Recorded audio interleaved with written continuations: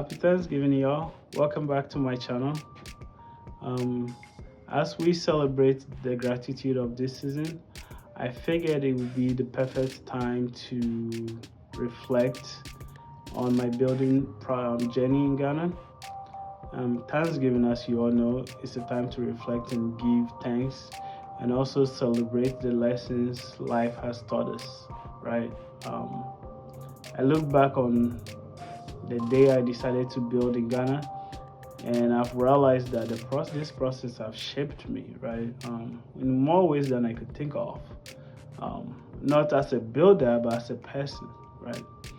In this particular video, I just want to share with you some of the things I've learned, 5 of my biggest mistakes, and 5 of the things I believe I've done very well. One thing for sure though is it has taught me growth, a growth mentality, perseverance. I mean, just persevering through some of the BSs that you have to deal with building from a distance. And then finally, a joy of building something meaningful for myself and for my family. If this is your first time chancing off on my video, my name is Michael. I am a Ghanaian in America and building a home in Ghana, and I've decided to journal or document my process for my friends. So if you like content like this, don't forget to hit the like button and subscribe.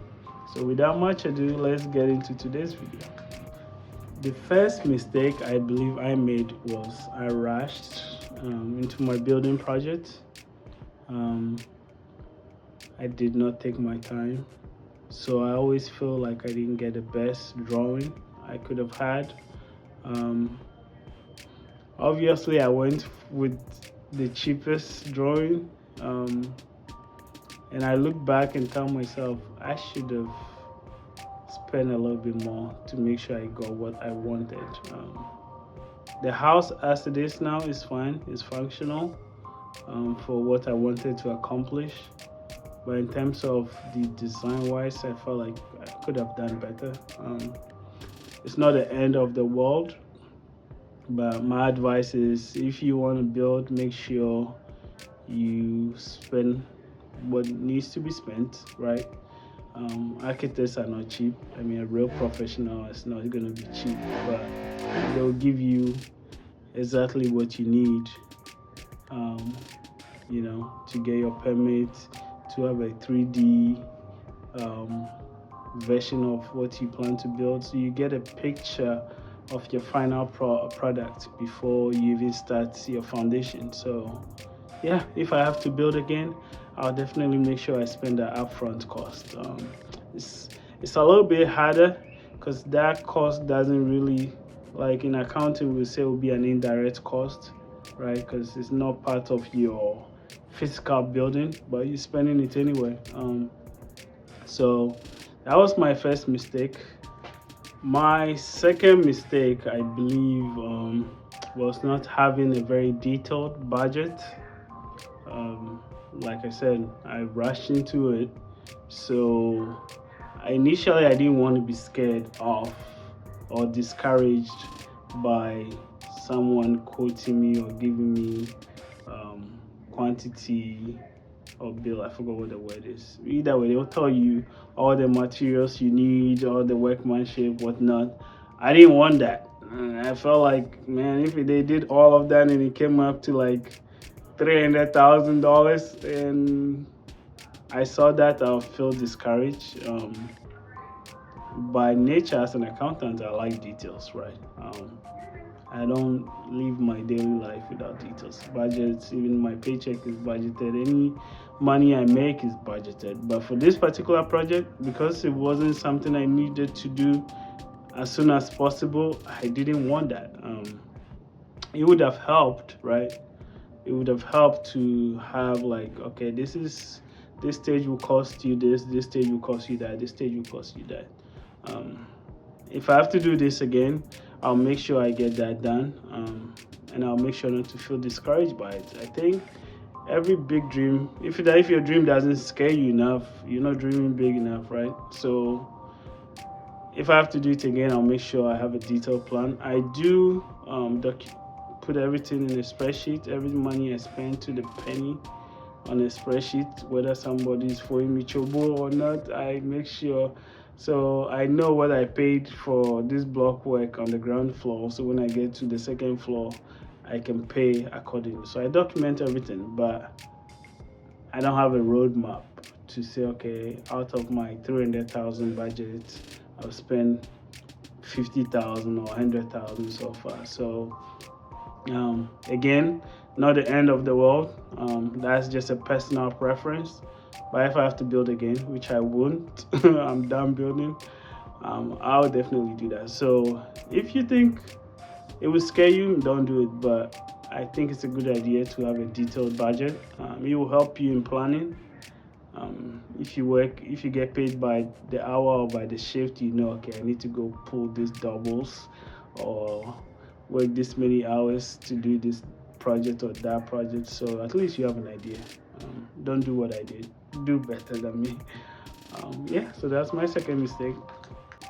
My third mistake so far, which I struggle with every stage of the project, is not doing enough research or making sure I communicate very well through my brother and through the workers, how much I'm going to pay them and what this workload is. Several times I'll bring these guys to the project to work on, and as soon as they start working halfway through the project, they start complaining about, oh, the workload is too much, and the boss will add something low, like basically trying to ask for more money than we originally negotiated. And I don't like to underpay people. I don't like to be underpaid either. So I make sure I pay you what was negotiated. But more often than not, you tend to run into people that you give them these jobs and they come in, and I think the mere fact that you're building 3 floors, they see that and they're like, oh, boom, this guy got money. And so they want more money from you. And I hate that. So now what I've been doing is I clearly communicate it. I will cut you off the job if I have to. If I see any sense of greed in you, or even low quality work, you can be gone. I'll find the next guy. Initially, I was putting up with it because I felt like, if you're working on the project and I've been using you for every stage of the work, you're better suited to maintain that same level of quality. But now I have a backbone. It's my money. I work hard for it. So the final say is with me. But I did make those mistakes. And Ghanaians, the guys that work, the artisans, they will try to impose their ideas on you, one way or the other. So you have to have a backbone when you're building. I remember trying to open up my windows and like, oh boy, it's too big, it's too this, it's too that. And so I have to put my foot down and let them know this is what I want. And so you do it how I want it, or I'll find the next person that will do it for me. I'm not talking about doing anything crazy. I say crazy that will undermine the structure of the building, right? Just a little touch-ups here and there, but they still want more. They will ask you to pay them a little bit more if you ask them to do some little work. So yeah, I'm not making that mistake again. If you're working for me, I'll give you the necessary respect that you deserve and pay you as negotiated. But anything else, that's, to me, you're disrespecting me. So I'm not that old, right? But I can still put my foot down. So you can be firm and polite at the same time. So yeah, that was my third mistake. It's been a learning process, as I stated. Initially, I wasn't like that. I was more like, okay, he asked for 500 cedis more. I'll give you 500 cedis more. If you convert it to dollars, it's like, oh, it's not that much. It's $20 or $30. I can give you $20. But then when they realize, oh, they can keep doing that, they will keep on doing it. So yeah, if you decide to start on a project, I mean, make sure you don't have that nature of sucking up to people.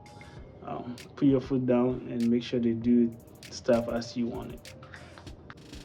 My fourth mistake I is just underestimating time. When I started this project, I told my brother I was going to do at least the block work part in a year. Obviously, life happened to me. My wife got pregnant. We had a baby. So my baby's 18 months now. So that means I started this project, yeah, a little over 18 months now. And when I started, I thought I was going to finish within a year. The block work part of it, not the whole house.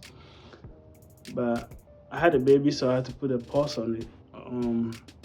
But then when I was able to work on project, I had so many delays because these guys are working on multiple projects, right? They'll come and take your job, and then they will tell you, "Oh, I will come this time, I'll come that time." Like even now, with doing the undoing in my mom's house, and the guy's like, "Oh, I gotta go do this project for this person. I'll come back this day and that day," and I'm like, "Dude, you gotta move fast. If I want to get something done, I need it done fast. Not because I'm rushing you, but because like money goes fast. I have other needs for my money, right? So, and I don't like sending money to Ghana if it's not going to be used for work, because I don't want that temptation of someone using my money for something else beside what I meant it for. So if you're not working, I'm not sending the money, and the exchange rates keep on fluctuating. So I like people. I like them when they work on time. So just make sure if you're working on your project, all those timing issue is being sorted out. If you need them to come and sleep on site, communicate that clearly to them that hey, when I give you this project, that should be the only project you're working on. Because I had situations where they will come in. This is for a particular part of this project. They started working on it. They got another job. They had to leave for a few days, come back and work on it. It kind of put a wrench in your plans, right? Let's just say I'm at the stage where I want to just get it done because I'm visiting Ghana and I want to see that process done because maybe I want to go towel shopping or something like that. They will delay you, right? So communication, right? As you can see in the themes of all my mistakes, has been communications. Another thing, another mistake I made was my supervision in the earlier stages was lacking. Um, so in this particular project, on the ground floor, when you climb up the stairs, there's supposed to be a guest bathroom under the stairs, under the landing, right? But I wasn't paying that much attention in the earlier stages, so the slope of the first steps didn't go high enough for the land, like so the landing is low, so you really can't stand under the landing, right? So I had to. I mean, we could have brought the guest bathroom close to the entrance, the foyer. And initially, we did the block work for it, and I saw it, and I'm like, nah, you know what? Just condemn the guest bathroom because I didn't really catch it soon enough. So the building project as it is now, there isn't a guest toilet. There's like all the bedrooms have toilets, right? But there isn't one dedicated to a guest. That was my bad. I wasn't supervising very well. I had a baby then, and so I mean I was still doing project, but it wasn't a main priority for me. So that's a big mistake on my part. So just make sure you supervise, scrutinize every video update you get like an auditor, right? Scrutinize it detail to detail. Make sure that you capture everything that's on the drawing is being done, right? Yeah, that was my fourth mistake. My fifth and final mistake, I believe, is not buying things, especially when it comes to cement and blocks, in bulk. Um, I mean, obviously, it depends on your financial capabilities, right? But even when I was able to financially buy things in bulk, because I didn't want theft, I mean, you never know this. I don't trust them that much to buy a whole bunch of cement and they use 20 and tell me they use 25 or 30. So I bought things in, installment. Like if they needed 40, I'll buy maybe 15. Use that 15. Let me see where you are in the stage, in the process, and then I'll buy the remaining. Obviously, I thought I was being smart, right? But with prices of everything going up, it wasn't that smart in the long run. I don't think they would have stolen my cement bags or my blocks or whatever, but I didn't want. I wanted to reduce wastage as much as possible, and so the opportunity cost for that was price fluctuation, right? When I started my project, cement for the 42.5 hour was um, 76, 86 ish, and now it's over 100 and something. And so back then, if I bought all the cement I need, because I was working consistently, right? So it wasn't like the cement was going to sit there and cake. So yeah, I think overall I probably would have saved some money in the long run if I purchased stuff in bulk. So if you are able to, I mean, if you're not able to, buying in bits is also okay, right? By my own situation, I wish I bought it in bulk. Even now, for my plastering, um, I'm thinking, or should I buy a whole like bulk cement? Maybe buy all the 200 or 300 or 400 bucks I need at once, or should I just buy it as I go? It makes sense in terms of managing the process to not become overwhelming, to buy as you go. If you can afford 40 bucks today, buy 40 bucks. It makes sense. That process to me makes it easier, right, to build. um but I don't think with the inflation rate in Ghana that makes it cheaper. It makes it easier but not cheaper. So if you out to save money, buying in bulk is definitely the way to go. It's not None of my mistakes have been so far the end of the world, right? But those are things that I have learned from my experience. Let me know what mistakes you've also made, and yeah, let's all learn from each other. All right, so now the fun part, the part that I love, the things that I did right. So when I started or decided to build in Ghana, right, in the first thing was location. Where should I build my house? Um, I have two brothers in Ghana and a sister. They both have their own place they live, right? So even this house that I'm building, um, my mom is gonna move in. Maybe my little brother, who knows?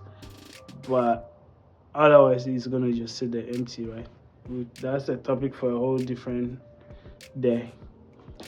So it made sense to build close to family.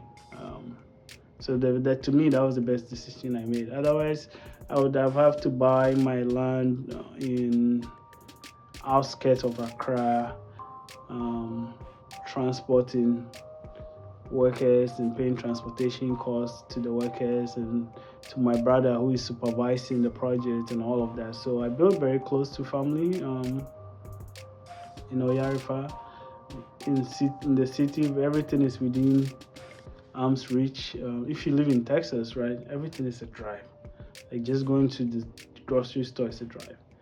But where this project is and getting to the airport, I think in Ghana the airport is like the main central place they use to determine distance.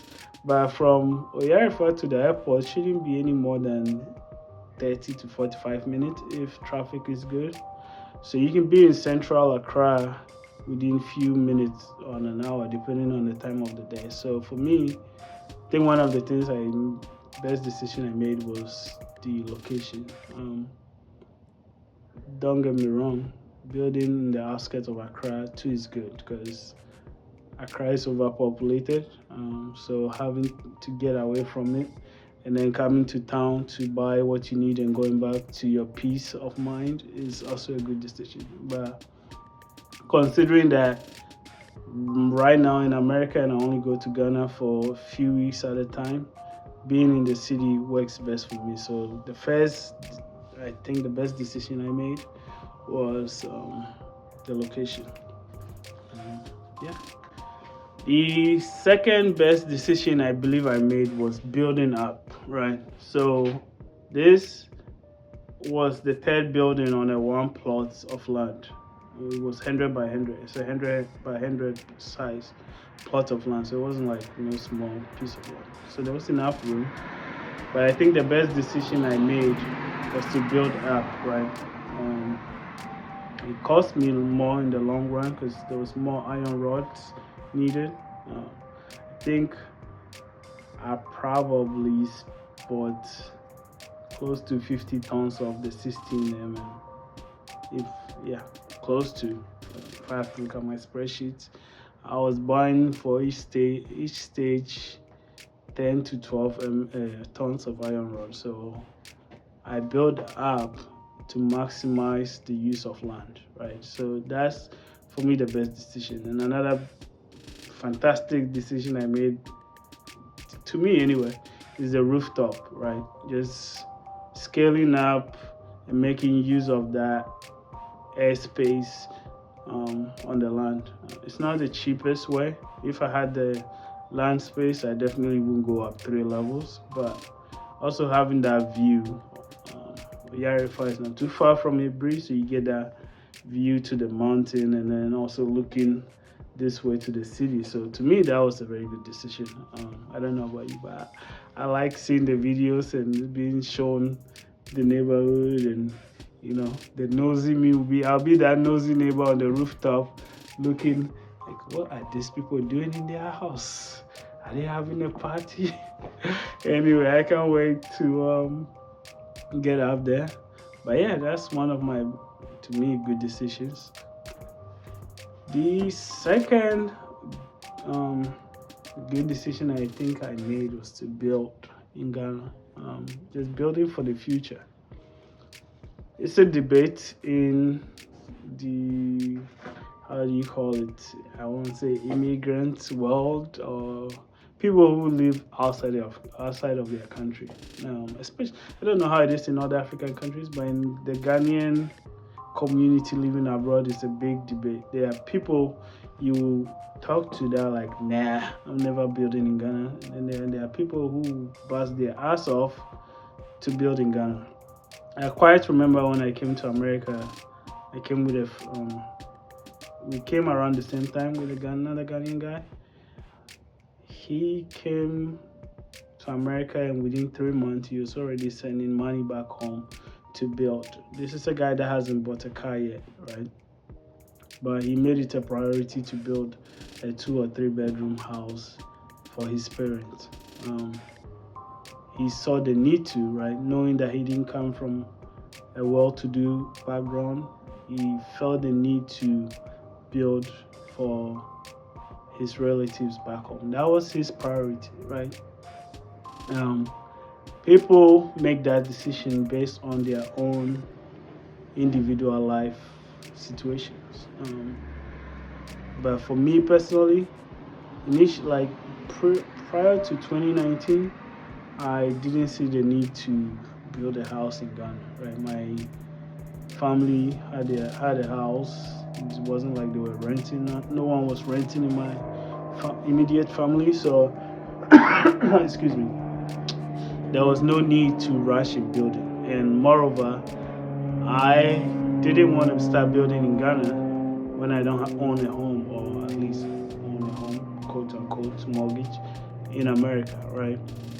I wanted to have my own place in America before I made building in Ghana a priority.